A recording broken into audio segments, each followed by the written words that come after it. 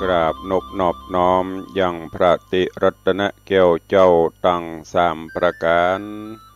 อันมีพระพุทธเจ้าพระสัทธรรมเจ้าพระสังฆเจ้าอันเป็นสรณะที่เปิงที่เคารพนับถืออันสูงสุดในชีวิตกราบคารวะแทบไตไวยสาปุญญาปารมีธรรมพระมหาเถรานุเถระเจ้าคณะพระสังฆาธิการภิกขุสงฆ์องค์สมณเณรจุตนจุองค์โดยความเคารพเจริญสุข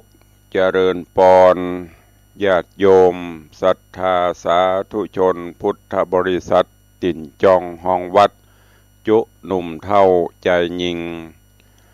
ก็ขอน้อมต้อนรับทุกท่านเข้าสู่รายการมรดกธรรมกำเมืองต่างสถานีวิทยุกระจายเสียงพระพุทธศาสนาแห่งชาติและสังคมคลื่นเพื่อการศึกษาพระพุทธศาสนาและวัฒนธรรมส่งสัญญาณกระจายเสียงจากสถานีวิทยุวัดฝ่ายหินตำบลสุเทพอำเภอเมืองเชียงใหม่จังหวัดเชียงใหม่ในระบบคลื่นความถี่ FM 104.50 เมกะเฮิรตซ์สถานีวิทยุคลื่นพระพุทธศาสนาและจริยธรรมในความอุปถัมภ์ของมูลนิธิพระบรมธาตุเจ้าดอยสุเทพกระจายเสียงในระบบคลื่นความถี่ FM 96.0 เมกะเฮิรตซ์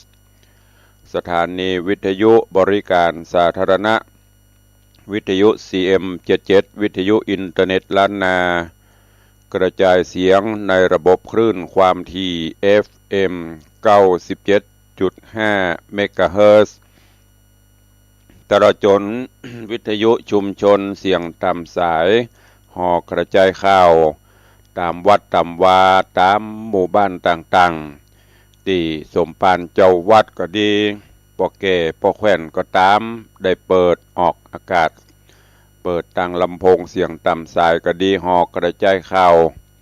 ตามวัดตามวาตามหมู่บ้านต่างๆอยู่ในเวลานี้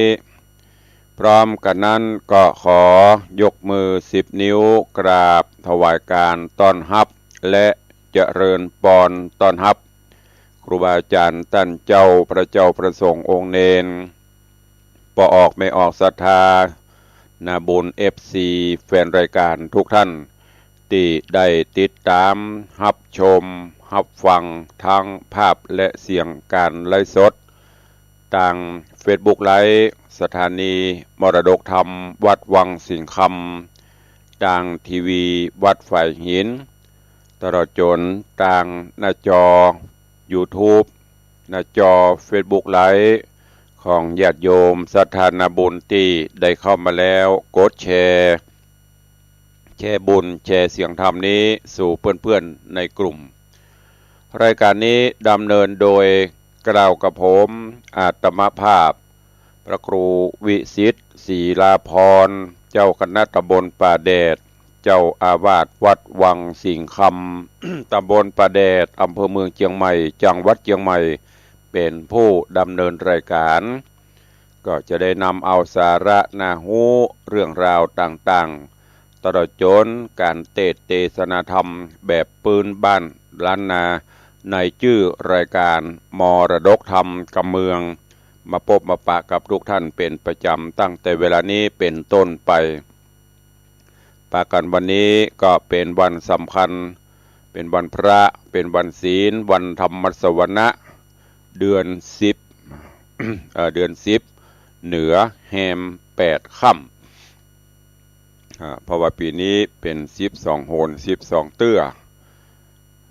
วันนี้เป็นวันพระวันศีลเดือน10เหนือแฮม8ค่ำเนอะดังที่ตุลุงได้เชิญชวนประชาสัมพันธ์ทุกท่านได้ลดละเลิกอบายมุขประพฤติวัดปฏิบัติธรรมเป็นประจำกู้วันพระวันศีลแต่ว่าก็คงจะได้ตระเตรียมดอกไม้ธูปเทียน ของหอมที่จะได้ไปวัดไปวาวันนี้ก็ไปวัดปันไปใส่บาตรหยัดปกไปประพฤติวัดปฏิบัติธรรม น้อมนำเสริมเติมสิ่งดีๆเข้าสู่บ้านสู่ตุสู่บ้านสู่จองสู่ตนสู่ตัวเขาเด้อก็ขอฮือกุลพระรัตนตรัยได้อภิบาลปกป้องคุ้มครองได้ปกปักรักษาฮือกับญาติโยมทั้งหลาย ได้อยู่ดีมีสุขหมดทุกข์หมดโศกหมดโรคหมดภัยเหมือนกันทุกท่านทุกคนเด้อก่อนที่จะได้ตักได้ตายพี่น้องญาติโยมตั้งหน้าจอก็ตามตั้งบ้านก็ดีก็เอาสาระเรื่องราวกันเฮียก่อนแล้วตายรายการก็ค่อยมาพบมาปะแต่ก่อนที่จะเข้าสู่ในการฟังสาระนั้นวันนี้วันพระวันศีลก็เป็นประจำกูวันพระวันศีลตุลุงจะได้นำปาญาติโยมศรัทธาเฮาเข้าเฝ้าองค์พระผู้มีพระภาคเจ้าไหวพระสมทานศีลกันเฮียก่อนเจิญทุกท่านกลั่นจิตกลั่นใจฮือใสสะอาดอยู่วัดก็ดีหรือว่าบางท่านก็อาจจะเปิดฟังตุลุงที่วัดหรือบ่ได้ไปวัดอยู่บ้านก็ตามตลอดจนอยู่ที่ไหนก็ตามในรถในรางในเรือกสวนไร่นากำลังทำสำรับกับข้าวก็ทำไปก็ไหวไปตัวก็ได้น้อมจิตน้อมใจลำลึกถึงคุณพระรัตนตรัยณโอกาสบัดนี้ อิมินาสการเรนะพุทธังอภิปูชยามะอิมินาสการเรนะธัมมังอภิปูชยามะอิมินาสการเรนะสังฆังอภิปูชยามะอะระหังสัมมาสัมพุทโธภควาพุทธังภควันตังอภิวาเทมิสวากขาโตภควตาธัมโมธัมมังนะมัสสามิสุปฏิปันโนภควโตสาวกสังโฆสังฆังนะมามิหันธมยังพุทธัสสะภควโตบุปภาคณมกะลังกะโรมะเสนะโมตัสสะภะคะวะโตอะระหะโตสัมมาสัมพุทธัสสะนะโมตัสสะภะคะวะโตอะระหะโตสัมมาสัมพุทธัสสะนะโมตัสสะภะคะวะโตอะระหะโตสัมมาสัมพุทธัสสะ อิติปิโสภะคะวะอะระหังสัมมาสัมพุทโธวิชชาจรณะสัมปันโนสุขโตโลกวิทูอนุตตโรปุริสาธัมมัสสารถิสัทธาเทวมนุษสานังพุทโธภควาติสวากขาโตภควตาธัมโมสันทิฏฐิโกอากาลิโกเอหิปัสสิโกโอปัญญิโกปัจจัตตังเวทิตาโปวินยูหิติสุปฏิปันโนภควโตสาวกสังโฆอุชุปฏิปันโนภควโตสาวกสังโฆญาญะปฏิปันโนภควโตสาวกสังโฆสามีจิปฏิปันโนภควโตสาวกสังโฆ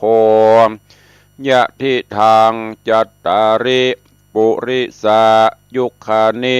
อัฏฐปุริสาปุคคลาเอสะภะคะวะโตสาวกสังโฆอาหุนยโยปาหุนยโยทักขินยโยอัญชลีกาลนิโยอนุตตรังปุญญเขตังโลกัสสติ ได้ไหวพระนพธรรมเข้าเฝ้าสมเด็จป่อพร้อมกันแล้วตอนนี้ไปตั้งจิตตั้งใจจำละศีลหับศีลหรือสมทานศีลข้อวัดปฏิบัติอันเป็นหลักแห่งการร่วมกันอยู่ร่วมกันอย่างมีความสุขของมวลมนุษยชาติโดยการมีศีลห้าข้อเอาไปประพฤติปฏิบัติร่วมกันณโอกาสบัดนี้นะโมตัสสะภะคะวะโตอะระหะโตสัมมาสัมพุทธัสสะนะโมตัสสะภะคะวะโตอะระหะโตสัมมาสัมพุทธัสสะนะโมตัสสะภะคะวะโตอะระหะโตสัมมาสัมพุทธัสสะ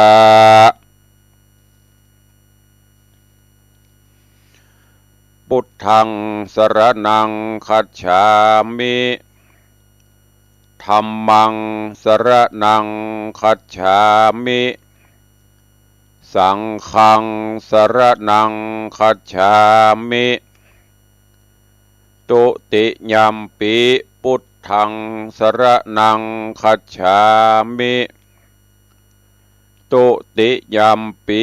ธัมมังสรณังคัจฉามิตุติยัมปิสังฆังสรณังคัจฉามิตติยัมปิพุทธังสรณังคัจฉามิตติยัมปิธัมมังสรณังคัจฉามิตติยัมปิสังฆังสรณังคัจฉามิปานาติปาตาเวระมณีสิกขาปะตังสมาติญามิอะตินนาตานาเวระมณีสิกขาปะตังสมาติญามิกาเมสุมิจฉาจาราเวระมณีสิกขาปะตังสมาติญามิมุสาวาตาเวระมณีสิกขาปะตังสมาติญามิสุราเมรยะมัชฌัปปมาตฐานาเวระมณีสิกขาปะตังสมาติญามิอิมานิปัญจสิกขาปทานิสีเลนะสุขติงยันติสีเลนะโภคสัมปทาสีเลนะนิพพุติงยันติตัสสมาสีลังวิโสทะเยได้ไหวพระนพธรรมได้น้อมนำเอาหลักศีลหลักธรรมข้อวัดปฏิบัติไปใจไปปฏิบัติกันจุ่มอกเย็นใจมันมีใดเล่าที่จะมาฉโลมจิตใจเฮาเฮือเบิกบานแจ่มใสนอกจากศีลจากธรรมเป็นน้ำทิพย์ฉโลมจิตฉโลมใจเฮาคราใดที่จิตใจเศร้าหมองคราใดที่จิตใจบ่ม่วน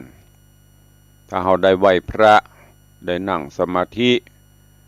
จิตใจก็จะสงบเยือกเย็นลงจากที่จิตใจกระวนกระวายวุ่นว้าวุ่นใจฮ้อน ลองได้ไหว้พระลองได้ประพฤติปฏิบัตินั่งจิตพอจิตพอใจ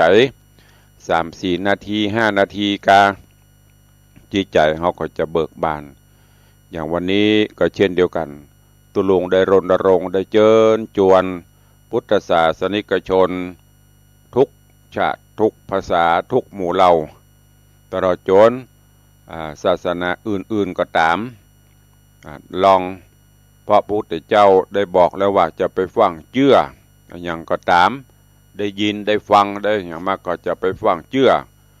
ตราบใดที่เฮายังบ่ได้พินิจพิจารณาบ่ได้วิเคราะห์เตื้อ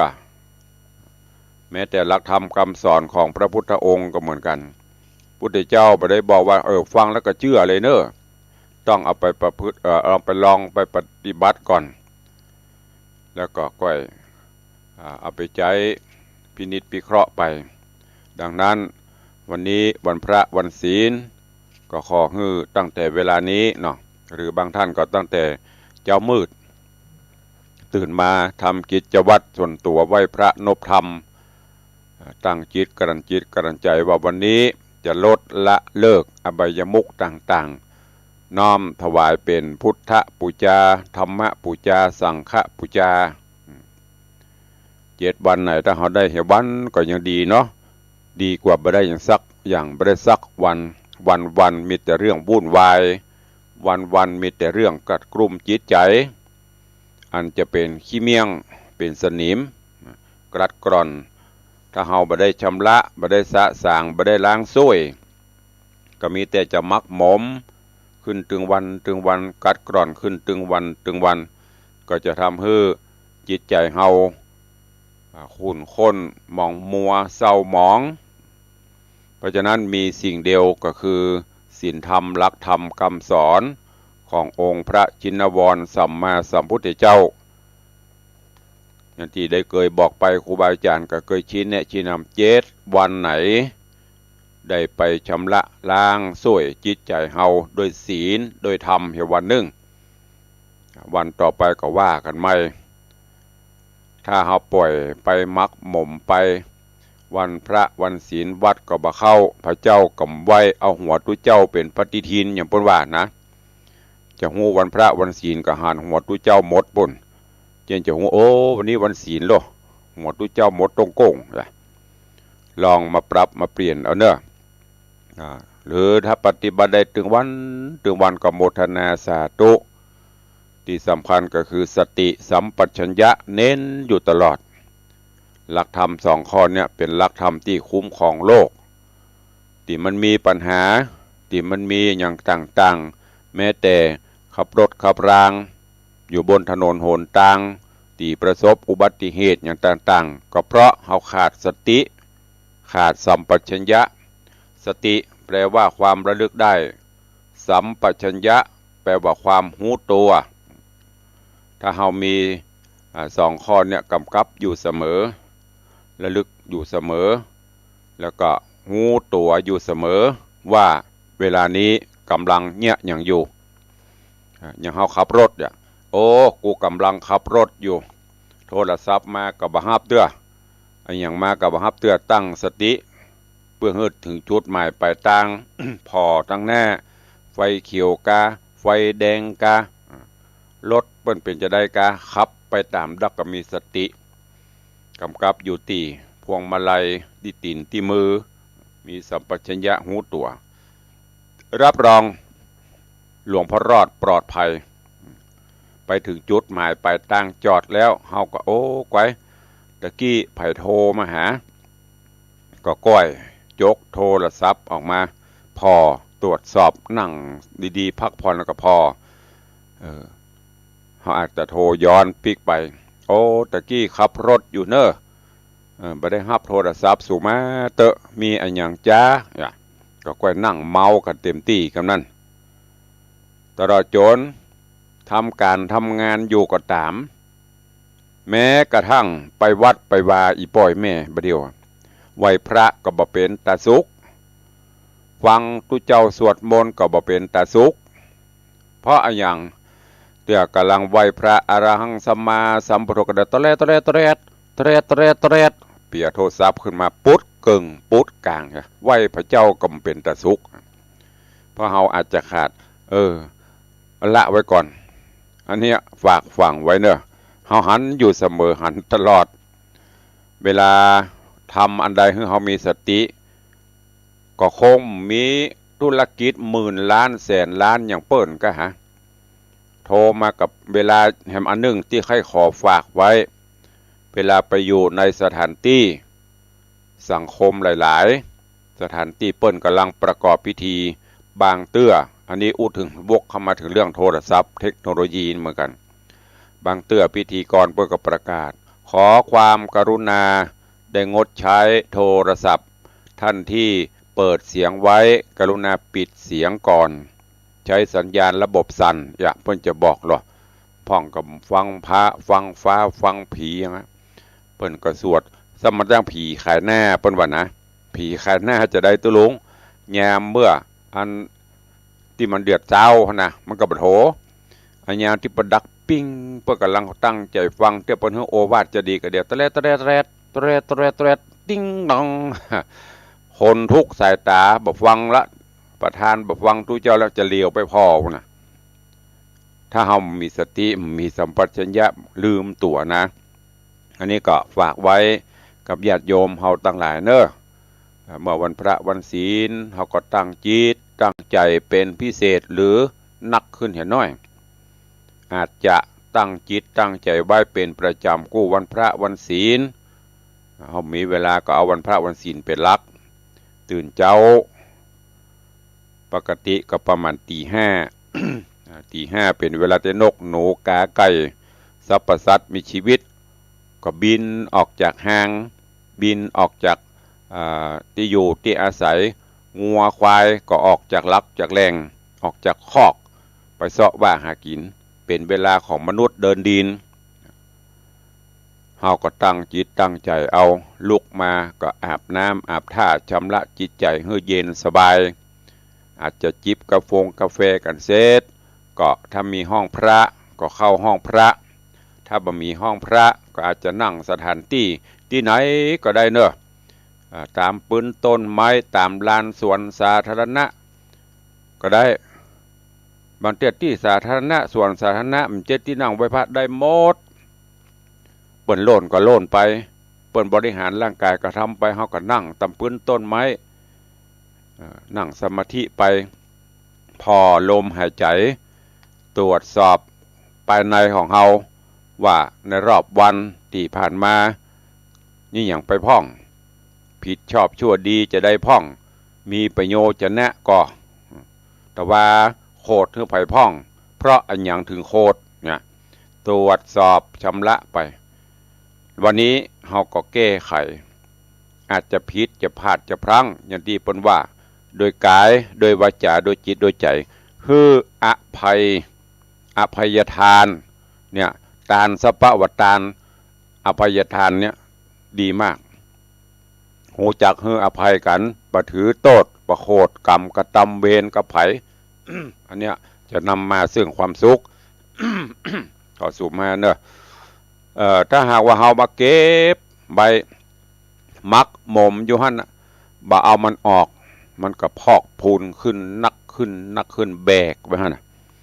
เพราะฉะนั้นพระพุทธเจ้าเพื่อถึงตัดเตือนสอนหมู่มนุษย์เวนยสัตว์ทั้งหลายแล้วเนี่ยคือมันชำระสะสางล้างช่วยจิตช่วยใจช่วยกายเฮา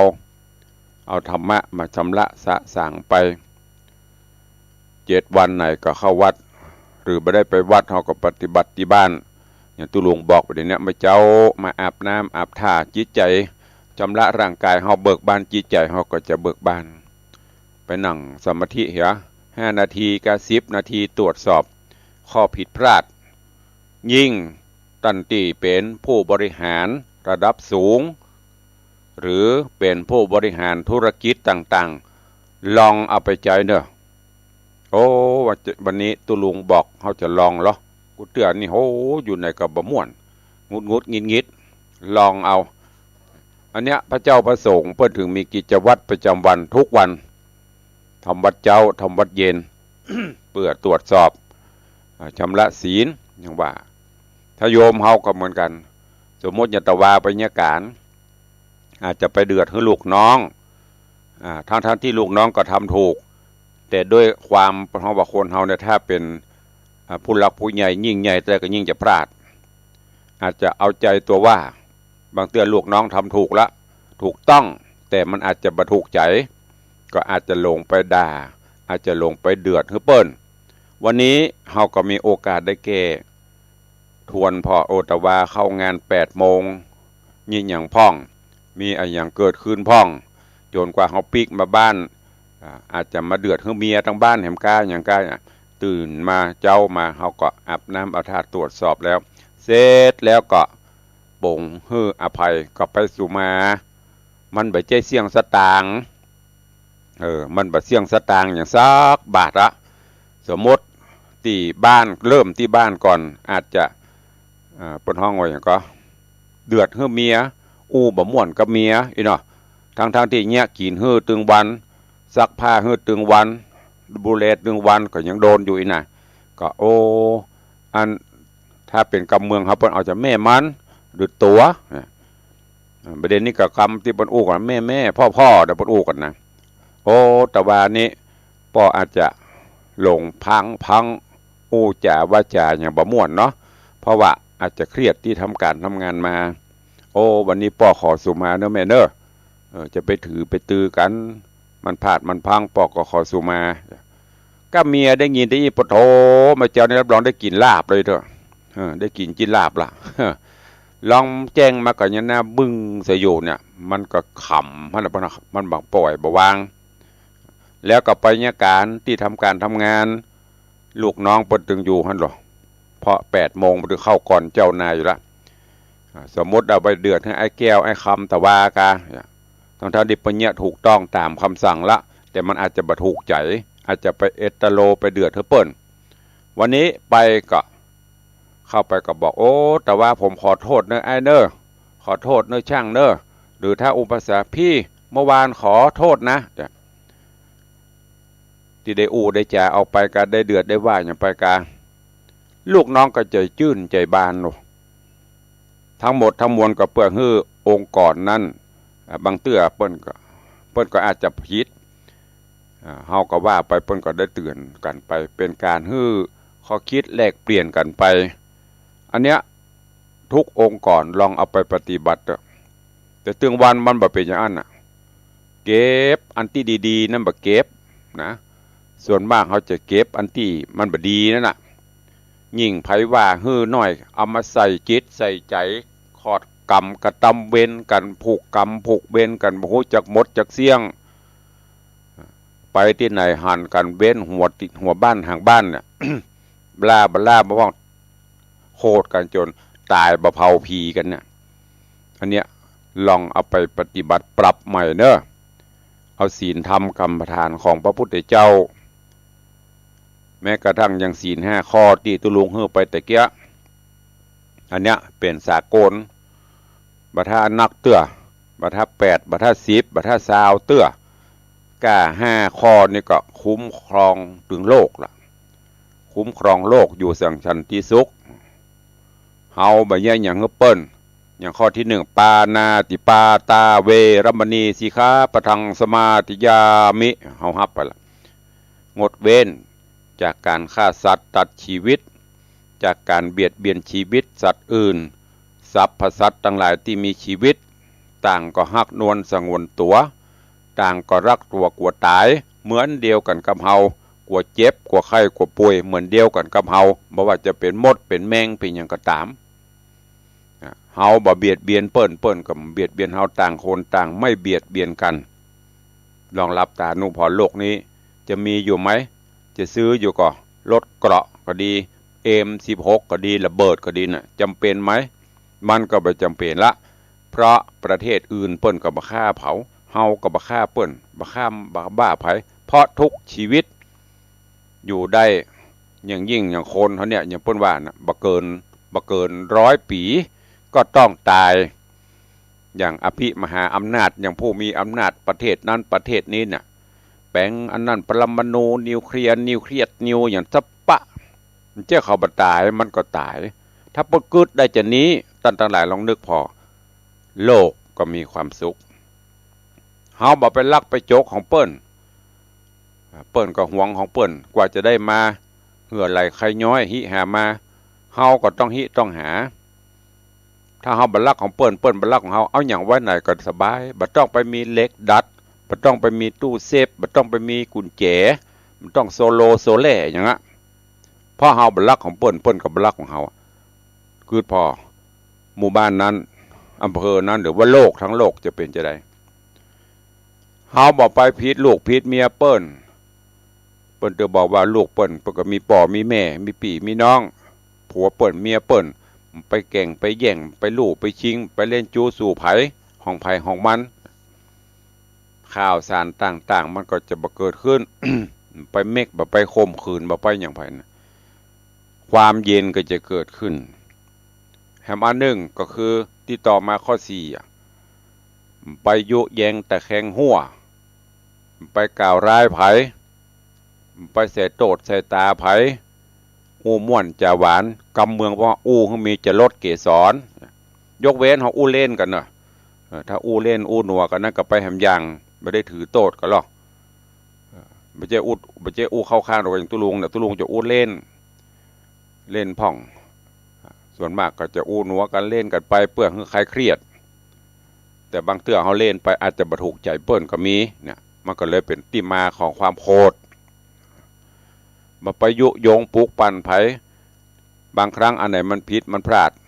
เฮาก็ไปช่วยแก้ช่วยไขยอมรับกันไปอันสุดท้าย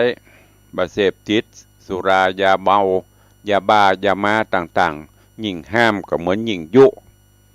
ปัจจุบันลองพอเงียบกำเป็นหมื่นเม็ดเป็นแสนเม็ดเผลอเป็นล้านเม็ดเนี่ยมอมเมากันไปกินเข้าไปสุดท้ายก็เดือดร้อนทำร้ายได้แม้กระทั่งพ่อแม่ผู้มีพระคุณเพราะสิ่งเหล่านี้มันเข้าไปทำให้สมองอย่างต่างๆมันได้รับการเปลี่ยนแปลงไปหมดดังนั้นญาติโยมต่างหลายเน้อเฮาเป็นชาวพุทธแปลว่าผู้รู้ผู้ตื่นผู้เบิกบานหรือเจ้าใดๆก็ตาม เพราะศาสนาพุทธหรือพระพุทธศาสนาปัจจุบันนี้องค์การยูเนสโกเปิ้นก็ประกาศให้ล่ะแม้แต่กระทั่งอย่างวันวิสาขบูชาเขาเนี่ยเป็นวันสันติภาพของโลกเป็นวันสำคัญโลกไปละก็เพราะหลักธรรมคำสอนเนี่ย5 ข้อไปได้ สามารถคุ้มครองโลกได้ฝากไว้เนอ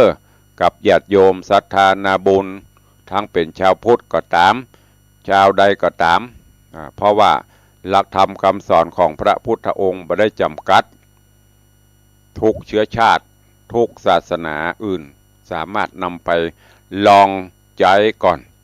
ยังไม่ต้องเชื่อเอาไปปฏิบัติพอก่อนยังประเดี๋ยวเขาจะหันว่าชาวตะวันตกฝรั่งมังค่าเปิ้นก็เข้ามาเคารพนับถือแล้วก็พระพุทธศาสนาเขาก็แพร่หลายไปในโลกเนี่ยหลายประเทศที่ไปตั้งเป็นวัดเป็นบาเปิ้นก็เข้ามาเคารพนับถือเพราะเปิ้นพิเคราะห์พิจารณาแล้วว่าหลักธรรมที่องค์พระสัมมาสัมพุทธเจ้าของเฮาแม้แต่กระทั่งเปิ้นได้สละราชบัลลังก์เป็นเนื้อเชื้อไขกษัตริย์เปิ้นก็ยังสละออกแสวงหาหลักสัจธรรมคำสอนแล้วก็นำมาเผยแพร่เฮาเจ้าข้าทั้งหลายเนี่ยโลกจะสันติสุขได้ก็เพราะมีศีลมีธรรมแต่ถ้าขาดศีลไร้ธรรมหายนะก็จะเกิดขึ้นดังที่หลวงพ่อพุทธทาสได้กล่าวว่าธรรมะไม่กลับมาโลกาจะวินาศถ้ามีศีลมีธรรมใจแต่บนห้องเนี่ยใจแต่เอาตัวเป็นใหญ่ถืออัตตาตัวตนเป็นใหญ่บ่เอาธรรมาธิปไตยนะเอากะอัตตาธิปไตยนะบ่หัวเนี่ยเด็กกะจ้างเตอะหาจะเอาจะนี้อีนะจบเลยเพราะนั้นฝากไว้เนอะกับญาติโยมทั้งหลายในวันนี้เวลาก็เว้ยเนาะ ว่าจะบรรยายต่อเรื่องผีให้จบอาจารย์จบรัตวาพี่หมอมัทนาอัมพันธ์เปิดไลน์เข้ามาบอกโอ้ผีที่ตุลุงเอามาโอ้นะข้าเจ้าก็เจอเกยปะเมื่อก่อนมันจะเกยเหมือนกันก็ต้องขอสุมาเดี๋ยวก็วันต่อไปเนาะวันนี้เวลาก็เวยฮะใกล้จะหมดละก็บางวันก็จะเป็นแห้งบางวันก็เป็นสดเนอะมันเป็นได้แห้งสดมันมีน้ำมันมีแห้งกันมันใจที่มันแห้งก็คือบางวันตุลุงก็อาจจะเหน็ดเหนื่อยช่วงนี้สุขภาพก็เริ่มจะแย่เนอะ60ขึ้นมาเนี่ยค่อนเข้ามานี่จะเริ่มแย่ลงบางวันก็เพลียบางวันก็เหนื่อยอย่างวันก่อนก็วันค่ำ นั่งประชุมที่วิหารหลวงปู่บ้านอาจารย์บรินทร์เสร็จไปประชุมผู้นำองค์กรผู้นำศาสนาหรือว่าผู้นำในด้านพิธีกรรมที่วัดสวนดอกต่อเสร็จกับพอ4-5 โมงล่ะเมื่อคืนก็ไปเตะแถมเนี่ยบางวันก็เหนื่อยเพราะนั้นก็โอ๊ตเอาเนอะอาจจะมีแห้งก็คือเทปแตนพ่องต้องขอกราบขอบพระคุณท่านผอ.ทั้งต่าง104หลวงพ่ออาจารย์พระครูสมุวิศวัตก็ดีต่าง96อาจารย์พระมหาประสิทธิ์ผู้ดูแลควบคุมวันใดที่มันได้มาไม่ได้ออกมันก็จะเอาเทปออกแตนแต่ก็ยังมีFCโทรหาอยู่นะ ก็มันเป็นอย่างโทรเข้ามาได้ถ้าตุลุงว่างตุลุงก็ฮับไม่ได้ฮับก็เป็นอย่างขออนุญาตไปตักตายพี่น้องทางบ้านทางจองที่ฟังทางหน้าจอ Facebook ไลฟ์ก่อนเนาะกำเดียวก้อยมาอู้จาตังสถานีวิทยุเจริญปอนต้อนรับคุณโยมสุจินโยมพี่สุจิน สุจินตาประพันธ์ดอยสุเทพโอ้วันนี้มาตักตายหน้าจอสาธุเนอบุญรักษาเจริญปอนโยมพินันล่าพินันจรันปิยจันทร์อาสลมดอยซิวเนอนี่ก็จะพินันจะมาวันที่15กับพลหันพระแจ้งเข้ามานะพร้อมกับญาติธรรมต่างดอยซิวต่างอย่างใกล้ๆนะม่วงม้าต่างดองหัวแดงแวกใกล้ๆหันผมได้มาฝากพี่หนานได้เนอะพี่หนานเปิ้นมาตลอดอยู่ละ บ้านพี่หนานล่าโดยซิวหันพายุแต่ใกล้ๆหันก็โอ้ได้ยินตุลุงประกาศใครหัวบุญไปได้ฝากได้พี่หนานจดเอาลายหมายเอาชื่อเพราะคำว่าพี่หนานก็คือเพิ่งเคยปิดตู้เจ้าละบ่ก้องกวดตกหล่นเนอะไปให้ไปหอมได้เจริญปอนโยมปเลี้ยงธนวัฒน์สุสิงคำแม่เลี้ยงทัดพิชาสุสิงคำเลี้ยงก็กราบไหว้สาครับผมเจริญปอนเนอร์บุญรักษาเจริญปอนโยมแม่ปราณีพยัคฆ์ไคหพลท่านพระครูเจ้าวันนี้วันพระไปวัดไปวาสาธุเจ้าเจริญปอนอนุโมทนาบุญกับแม่ด้วยเนอเจริญปอนโยมชิดชบากราบไหว้สาเจ้าสาธุเจริญปอนโยมแม่จันดีวิสุทธินันเจดีแม่ครัวกำลังรับชมรับฟังอยู่เจริญปอนคุณโยมจิรพรแก่นสารสาธุเจริญปอนพิธาจารย์มัคคณายกวินานอิสมเตปินมัคคณายกพิธาจารย์ชื่อดังล้านนากำลังรับชมรับฟังแล้วก็สาธุไหว้สาปรมีเจริญปอนเนอะเจริญปอนยายเพลินเพื่อนเกษตรกราบไหว้สาเจ้าธรรมพระครูสาธุเจริญปอนแล้วก็ทำได้หลายท่านจะไปลืมกดแชร์ไปตัวเนอะกดแชร์ไม่ใช่เล่นแชร์นะแชร์บุญสระเอชอช้างรอเรือกระดันอันว่าแชร์กดเข้าไปแป๊บเดี๋ยวมันก็จะปืดไปกูกลุ่มภัยกลุ่มมันญาติธรรมของภัยของมันในเปื้อนในเฟซที่เป็นเปื้อนก็จะหันได้ฟังโบสที่ตุลุงเอามาชี้แนะเป็นสาระดีๆอันที่ไม่ดีอย่าอันที่มันบดีจะไปฟังแชร์อันเนี้ยเตือนตลอดเนอะอีพ่ออีแม่เขานี่ยังนะมันละหันบดีกลัวเปิ้นบ่หูฟังแชร์ก็ได้กับติ้งตองติ้งตองติ้งตองระวังให้ดีดีไม่ดีจะติดคอกยามเท่าเนอะอย่างตุลุงจะไปแชร์ไปเรื่อยเปิ้นมีกฎหมายคอมพิวเตอร์กฎหมายอย่างเนี้ยตั้งแต่มันไม่เป็นความจริงจะจริงบ่จริงก็จ้างตังที่ดีบ่ต้องแชร์บ่ต้องไปอวดเลี่ยมใส่เปิ้นว่าซื่อๆน่ะเรื่องของเขา เป็นได้จังเปิ้นอันนี้หันน้อยแช่กว่าเปิ้นหมูในประเดี๋ยวนี้มันจะเป็นอย่างนี้ถ้าอู้ก็ยังวอกหายังทำตะกี้นะสังคมโลกทั้งโลกอยู่บนฝ่ามือ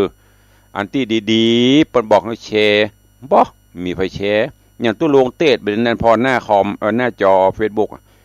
มีสัก20คนลองถ้ามันบดีนะมันจะปื้ดขึ้นมาเป็นปันพุ่นน่ะ อันเนี้ยฝากเมตตาด้วยเนอะอันนี้เป็นพี่น้อง FC ครูบาอาจารย์ที่ติดตามรับชมรับฟังทางทีวีวัดไฟหินทาง Facebook ไลฟ์ของวัดวังสิงคำขอบคุณอนุโมทนาบุญตัวต่อไปก็เดี๋ยวเราจะไปทางบ้านต่างจองที่ฟังก่อนที่จะไปทางบ้านต่างจองเปิดหน้าใหม่ขออนุโมทนาขอบคุณเนอะโยมแม่มุกแก้วอ้ายร่วมทำบุญดอกบัวซื้อดอกบัว150 บาทขอบคุณโยมป้อวิชัยโยมแม่สุพัฒน์เอี่ยมเจริญเป็นเจ้าภาพ สังฆทานชุดกลาง1 ชุด500 บาทอุทิศกุศลฮือเตี่ยเฮงแม่หลินนายปรีชาเอี่ยมเจริญสาธุอนุโมทนาบุญขอบคุณอนุโมทนาบุญคุณโยมวิมลพี่หมอมัทนาโยมนัดประคันอัมพันธ์ร่วมเป็นเจ้าภาพสังฆทานชุดกลาง1 ชุดปูชาพระธาตุ1 ชุดดอกบัวซื้อดอกบัว200รวมเป็นปัจจัยทั้งหมด 1,000 บาทถ้วนอุทิศกุศลบุญไว้ภายหน้าเนอะสาธุอนุโมทนาบุญตัวขอบคุณอนุโมทนาบุญกับพี่ไอบุญรัตน์ยมพี่จันทรากาวิละนางสาววันเพ็ญกาวิละศรัทธาวัดวังสิงคำพเนี่ยร่วมทำบุญรับเป็นเจ้าภาพสังฆทานชุดกลาง1 ชุด500 บาทขอบคุณคุณครูประนอมอุ่นคุณโยมอินทร์คุณครูประนอมอุ่นเรือนอันนี้ก็ศรัทธาวัดวังสิงคำพเนี่ยร่วมเป็นเจ้าภาพสังฆทานชุดใหญ่1 ชุด2,500 บาทอันนี้แล้วก็มี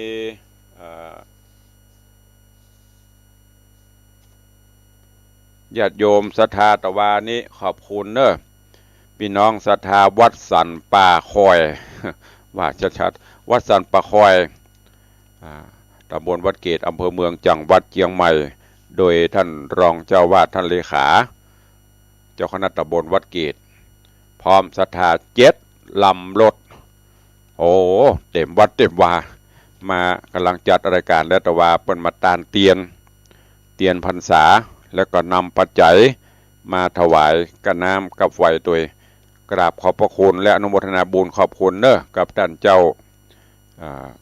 แล้วก็ภิกษุสามเณรวัดสันป่าคอย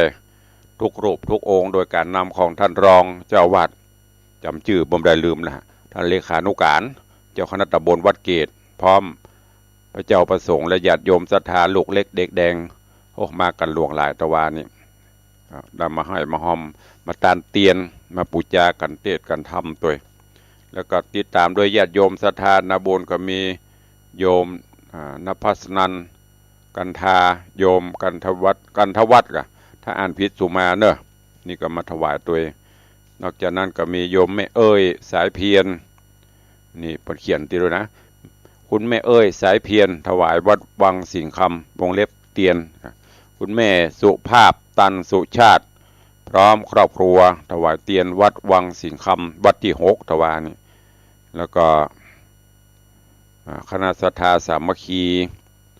อันนี้โยมขนมเบื้องสันปะคอยรวมถวายทำบุญยายน้อยและลูกหลานเนอะอันนี้เปิดเขียนในซองนะคณะถวายเตียนวัดสันปะคอยตะวาทุลุงก็อ่านตามนี้นะหอมพร้อมครอบครัวแล้วก็โยมพรพิมลพินโยพร้อมครอบครัวอันนี้เป็นซองเฉพาะของไผ่ของมันที่เปิ้นนำมาร่วมกับคณะเตียนตะวาก็เป็นกู้แรกเนาะกู้แรกเตียนภาษาส่วนมากประเด็นนี้เพื่อจะไปตามปุ่นตามวัดทางนอกปีนกันนะญาติโยมอาจจะคิดว่าในเวียงเปิดตานักละเอาไปตาทางบ้านนอกเอากลับตรงกันข้ามนะประเดี๋ยวในเวียงวัดในเมืองดักปิ้งคนกับไปทางนอกในเวียงบะหมี่ มันได้เตียนสักเล่มก็มีอันนี้มันเจ้าวัดตุลุงเนอะได้ก็ดีได้ก็แล้วไปเป็นอย่างตามหน้าบุญ ขอบพระคุณเนอะที่ได้มาถวายกันน้ำกับไฟมาถวายเตียนเดี๋ยววันพุธตุลุงจะเอารายนามที่ได้ร่วมสังฆทานปูจาดอกไม้อย่างต่างๆมาอ่านให้ฟังตั้งแต่ต้นจนจบแห่งครั้งหนึ่งก็เดี๋ยวจะว่าอุ้ยก็หอมอีพี่ก็หอมยังไม่ได้ยินนะมีทุกท่านไม่ต้องกลัวตกหล่นถ้าตกหล่นก็แจ้งมาตุลุงก็จะได้ประกาศให้อย่างงานนี้ก็ได้รับเมตตาเป็นอย่างยิ่งจากโยมรัตนมหาอุบาสกอุบาสิกาโยมพ่อเลี้ยงธนวัฒน์โยมแม่เลี้ยงทัดพิชาสุสิงคำกูการกูงานโยมพ่อเลี้ยงแม่เลี้ยงจะเป็นต้นเป็นประธานไม่ใช่เป็นเก้านะเป็นเก้ามันปวด เป็นเก้าเบาตุลุงปวดเป็นประธานเป็นต้นเป็นประธานนำกินนำตาลคราวนี้ก็เช่นเดียวกันเมื่อวันก่อนโยมพ่อเลี้ยงธนวัฒน์โยมแม่เลี้ยงทัดพิชาสุสิงคำได้นำปัจจัยจำนวน 50,000 บาทมาถวายเป็นที่เรียบร้อยร่วมเป็นเจ้าภาพถึงสังฆทานชุดใหญ่ชุดกลางดอกบัวโฮงตาลตลอดจนสมนากูลจังฟ้อนนางรำสมโพธิรวมทั้งหมดทั้งมวลเป็นเงิน 50,000 แล้วก็ยังจะโตยมาอยู่พ่อเลี้ยงบำเพ็ญอย่างเดียวถ้ามันขาดได้ก็บอกก็ขอบคุณอนุโมทนาบุญเป็นกูบุญบารมีสร้างสมบุญบารมีด้วยกันเนอะตลอดจนทุกท่านตัวที่ห่วมกินห่วมตาลตุลุงมีการมีงานก็อีป่ออีแม่FCบละบลืมอย่างแต่ว่าพี่หมอมัฒนาก็บอกบละบลืมตุลุงเนอะสาธุขอบคุณกูคู่กูคนเนอะได้เอ่ยชื่อก็ดีบ่ได้เอ่ยชื่อก็ตามขอบคุณทุกท่านเฮามีบุญบารมีร่วมกันสร้างสมไปเรื่อยๆจนกว่าจะตายจากกัน อันนี้เป็นสัจธรรมเมื่อเฮายังมีชีวิตมีลมหายใจสร้างร่วมกันไปเตอะมีนักก็ตานนักมีน้อยก็ตานน้อยบ่มีก็ยกมือ10 นิ้วโมทนาสาธุอย่างตุลุงบอกไปนะที่สำคัญคือด้วยจิตด้วยใจบุญจะเกิดขึ้นได้ก็คือก่อนที่เราจะทำในขณะที่เราทำและเมื่อเราทำแล้ว